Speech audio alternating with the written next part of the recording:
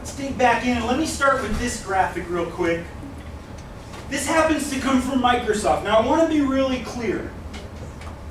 I want to be 100% clear about this. The Microsoft campus is right over there.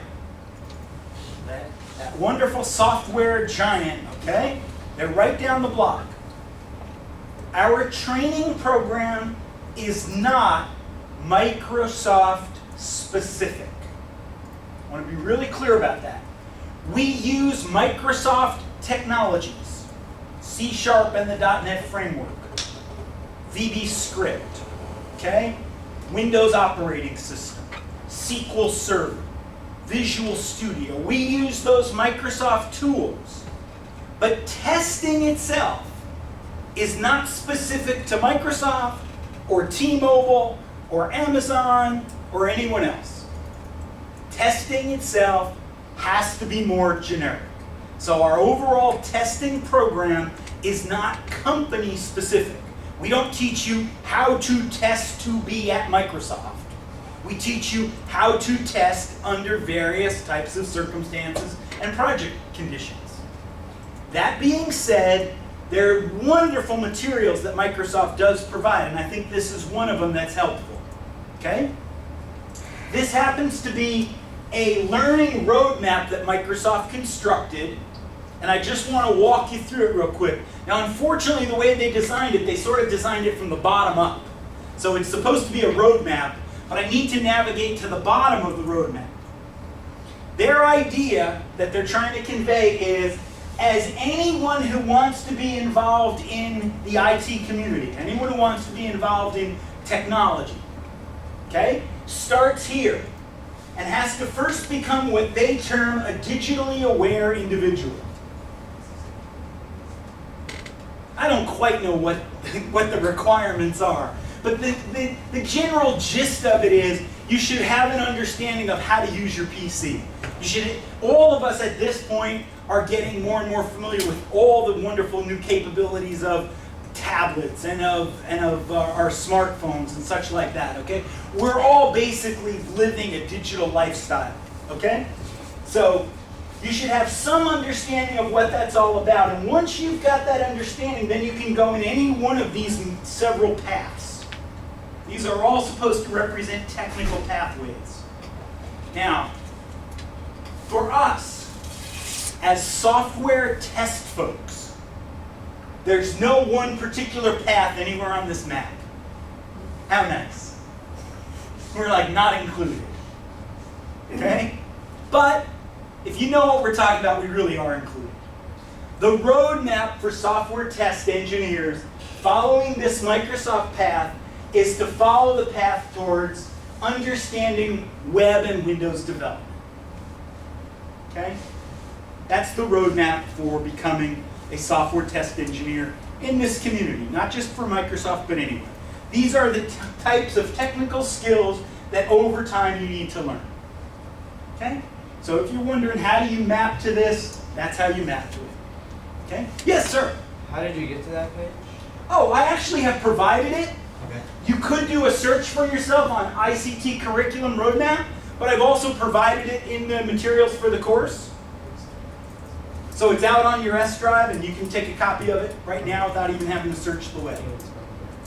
Okay? And if you need more than that, I can get you the full link, separate, a little offline later on. But yeah, I can get you all this stuff. It's right there. This makes sense as a technical roadmap. If you want to know where do I have to go, that's the path as Microsoft sees it.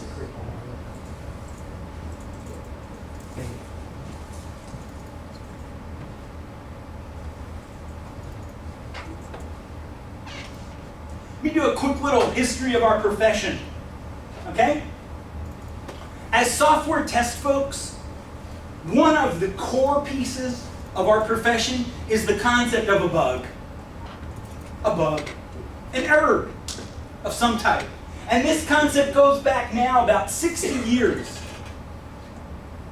The mythology of this is that it goes back to a moth disrupting a circuit. Okay, you can check Wikipedia and those kinds of resources for urban myths and such like that, but the urban myth of how did it become known as a bug is that once upon a time, okay, if you really think about it, and I've been challenging you guys to start your own self-study and your own reading. I certainly subscribe to that. And some of the most recent stuff I've been reading has reminded me again that this whole concept of digital technologies, of software and such, really all goes back to things like the telegraph. Bits and bytes going down a wire. Okay? This field goes back a long way. There's tremendous, you will be amazed if you start to study the history of software and start to look at the kinds of mechanical electrical devices that were starting to be developed during World War II and the mechanical computing that was being done at that time. Okay? For all intents and purposes, our profession of software testing really got sort of solidified in 1979 with the publishing of a book called The Art of Software Test by Glenn Ford Meyer of IBM. Just for illustrative sake, there's that book. I just want you to notice how thick it is. Not very, right? Okay? This was the start of sort of codifying our field.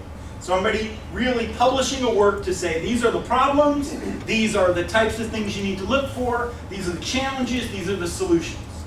Since that time, this is an incredibly small sample of what we've added on. And if I really were to go, it would be a huge list. So we've gone from this thin little documentation to an incredible amount of documentation, including all the wonderful content that's now out on the web. Okay? This has been a business of lessons learned. Problems come up, we solve them. We solve the problem, we learn from solving the problem how to avoid the problem the next time, or how to go find the problem as quickly as possible the next time. One of the paradigms of our business is to find problems as early as possible. Why? Cheaper. That's right.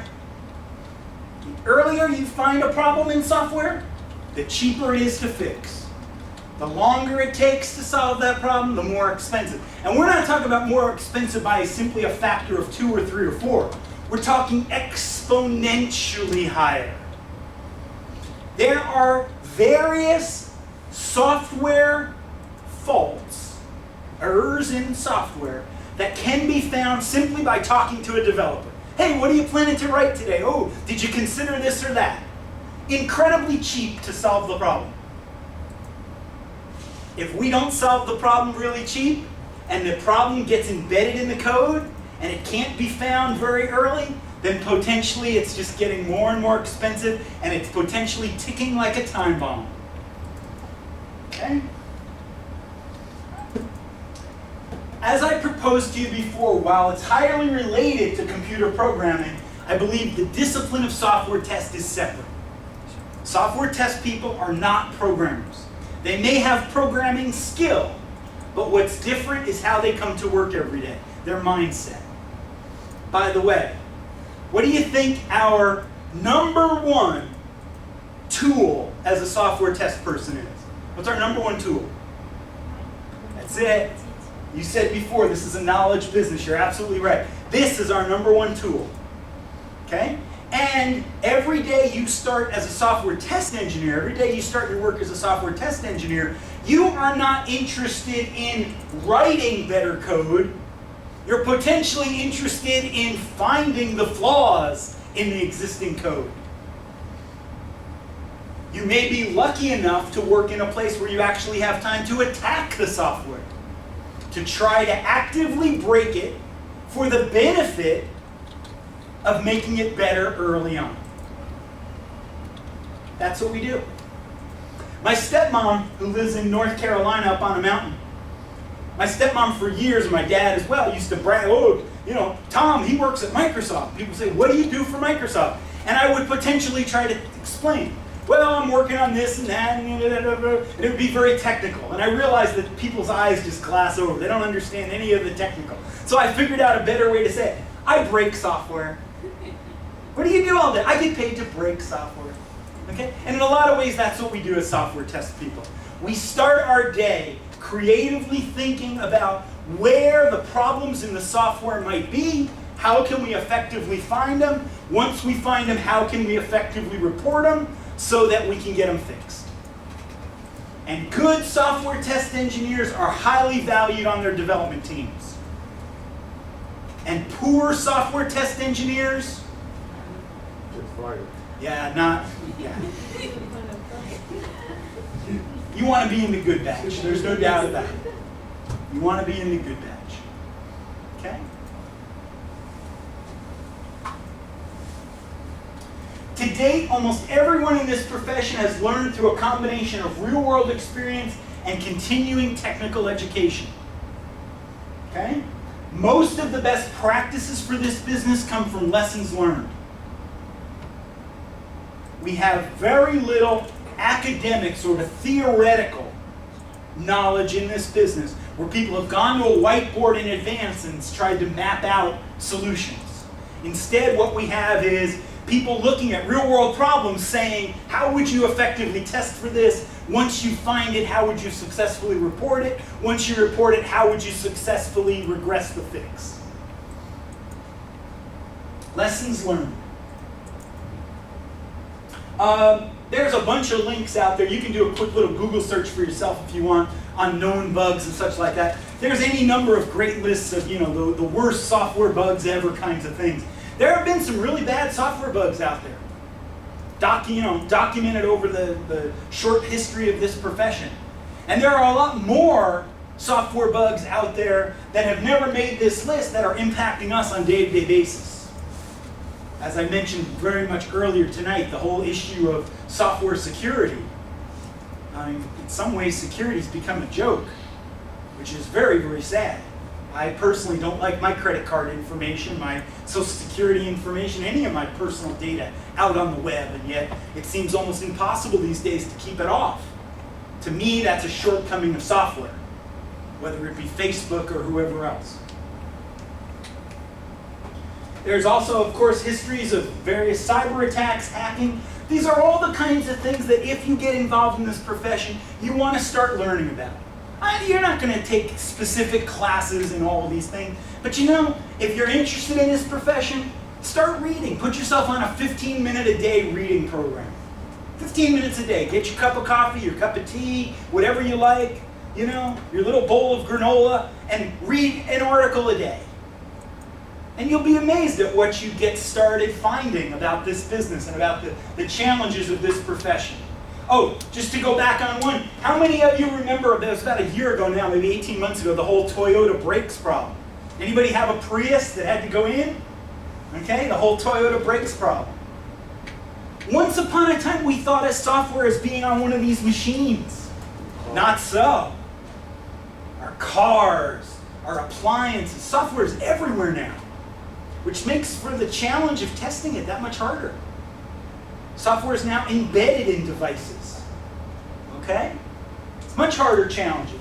It's all around us. I welcome you guys to do your own research on what is software testing. In the materials that I've provided for the class, I've provided you with an article called "What is Software Test and Why is it so difficult?"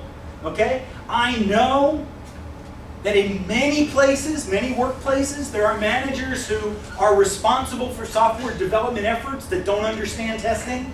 I know that. I've worked for some of them. Okay? This is not an easy profession to understand. Some people think testing is similar to testing the cooking or testing the spelling like we did much earlier tonight. But it's not, it's far more engaging than that, far more rigorous than that. Okay?